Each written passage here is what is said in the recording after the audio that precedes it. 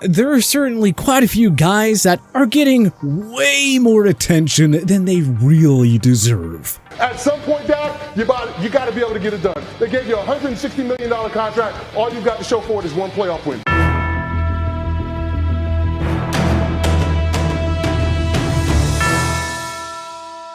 We've often seen the guys under center get way too much credit in the media. The NFL is now chock-filled with quarterbacks that are extremely overrated.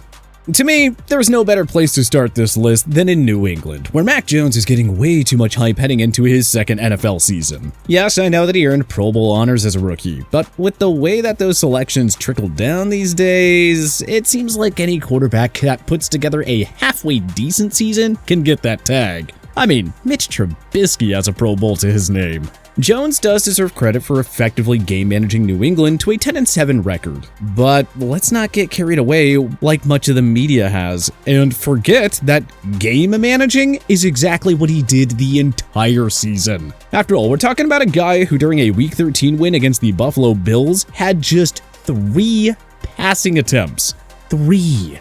Then, during their playoff matchup, he had 38 attempts and surrendered another 2 picks in an embarrassing 17-47 loss that was somehow even less close than the score indicates. The early signs have indicated that Mac will have a solid NFL career, but let's quiet all the talk that the Patriots have uncovered the second coming of Tom Brady. You know, at least until Jones proves that he can be the driving force of the offense and not just a complimentary player.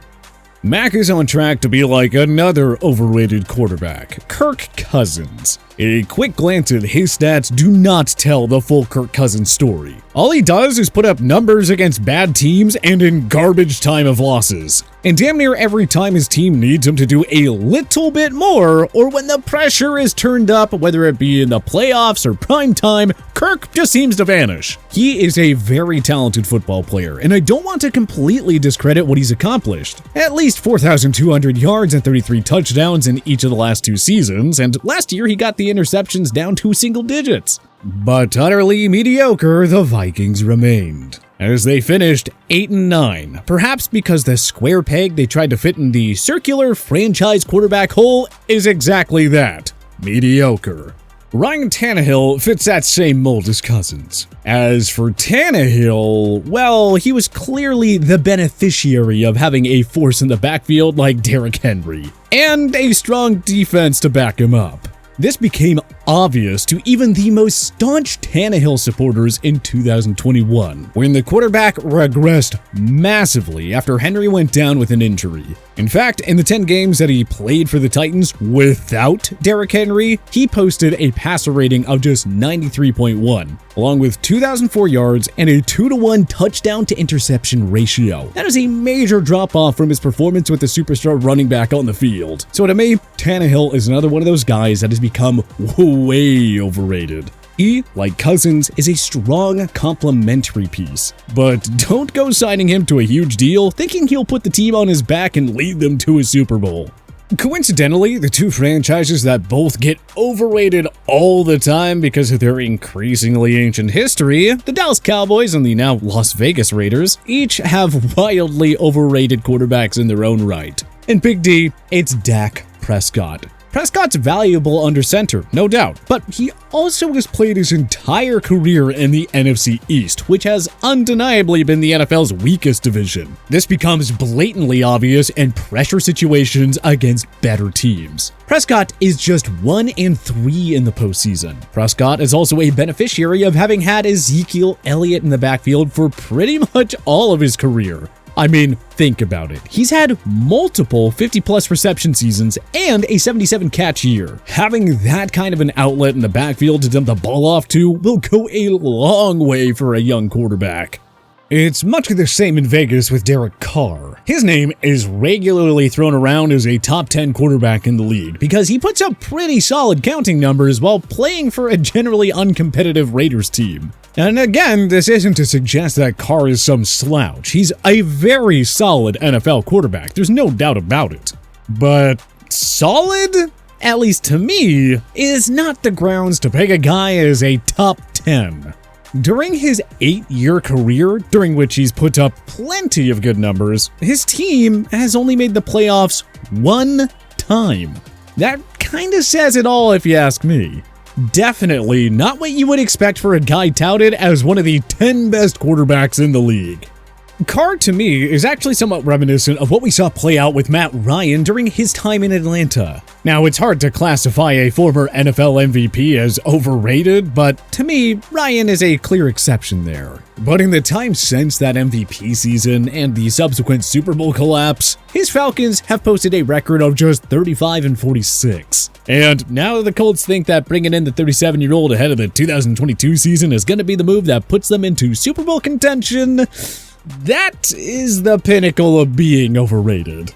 When you are 37 and can barely sniff a winning season, let alone playoff contention, yet you're still being mentioned as a potential postseason difference maker and a top quarterback in the league? Come on, give me a break. Next up, Carson Wentz, another extremely overrated quarterback who Indianapolis coincidentally rolled the dice on just a year ago. Needless to say, they were met with disappointment. It's actually kind of crazy that we are still needing to have this conversation about Carson Wentz. The former Eagles quarterback has been an infuriating series of highs and lows throughout his NFL career. So much so that it's actually kind of shocking that he's only been in the NFL for 6 seasons now. Every game Wentz plays feels like it lasts forever because there is no shortage of impressive throws and dumbfounding mistakes. Now, unfortunately for Wentz, it is far more often the latter than the former. It's actually kind of impressive watching Carson Wentz find new ways to cause his team to lose games. Something that I am damn near certain that the Washington Commanders fans will learn very quickly this upcoming season. Now, equally impressive is that Wentz is somehow still holding on to his reputation as a quarterback with top-tier potential. All because he was the 2nd overall pick in the draft, which in my opinion was a reach to begin with. And because he had one good season that was subsequently cut short by injury. Wentz also clearly had an elite team around him, considering that they went on an epic Super Bowl run without him. I don't belong here. And if that isn't an indictment that he doesn't deserve the kind of credit that he tends to get, well, I don't know what is. Unfortunately for Eagles fans, they seem to have since stumbled into another overrated young quarterback that has the fan base excited. And that would be Jalen Hurts. On the bright side, Philly didn't invest the same amount of draft capital in Hurts that they did in Wentz. He was just a 2nd rounder, which, while valuable, is incomparable to the hefty price that Carson cost them 4 years earlier. Anyway, the point is, Hurts has somehow found himself garnering some attention despite not really doing all that much to help Philly win games. I think this is a quintessential example of a guy that has only gained standing in the league because as a dual-threat quarterback, he's an extremely valuable fantasy football player, particularly in relation to his value on the actual field. Hurts is just 9-10 in 19 career starts, and though he has definitely progressed over his time in the league, he has also shown an inability to protect the ball. And he, like Wentz, always seems to find new mistakes to make that will cost his team games. Jalen has also been exposed in a big way against better competition. His postseason debut in 2021 was a great example of that. He completed just 53.5% of his passes, held on to the ball way too long, and turned it over twice. When the stakes are raised, that is just not going to get the job done. Yet, here we are, and people are trying to act like he might be the next Lamar Jackson. Yeah, okay. Lastly, we have 2 former number 1 overall picks who have a lot left to accomplish if they want to actually earn the recognition that they get. First, Kyler Murray. Now, I'll give Murray credit for defying the odds as an undersized QB. To not just make it into the NFL, but to do so as a number 1 pick, and for actually having success at the professional level. After all, 2 Pro Bowl nods and a Rookie of the Year nod is nothing to sneeze at. But still, Murray has a losing record as a starter, and like Hurts, he seems to struggle to raise his level against the league's top competition. In fact, his postseason debut was one of the worst we have ever seen. 19 for 34, 137 yards, and 2 interceptions. Yeah, that game was over in the first quarter, and everyone knew it. Murray may think he's one of the best quarterbacks in the league, but as far as I'm concerned, he still has a lot to prove on the field before we start talking about him as one of the top young QBs in the game. And you know, same for Trevor Lawrence. Everyone is so eager to let the former Clemson quarterback off the hook because the Urban Meyer experiment was such a disaster. Which, yeah, don't get me wrong, it was. But even with all that dysfunction, I don't think Lawrence is the surefire star that everyone makes him out to be. Rookies are most certainly allowed to make mistakes, but Lawrence made far more than his fair share during that abysmal 3-14 campaign. 12 touchdowns to 17 interceptions, and we all want to act like he's the next generational talent under center, because he was good in college. Like, we've never seen that story go south before. Oh well, now that Urban Meyer is gone, so are the excuses. So, let's see what Trevor can do in 2022. But which NFL quarterback do you think is the most overrated in the game today? Is there anyone that we missed? Join us in the comments section below. If you like this video and learn a thing or two, clicking the like button helps out a ton. And hey, we appreciate it. If this is your first time coming around to TPS though, subscribing is a great idea because we put out videos like this every single day. But as always, thanks for watching and we'll see you guys next time.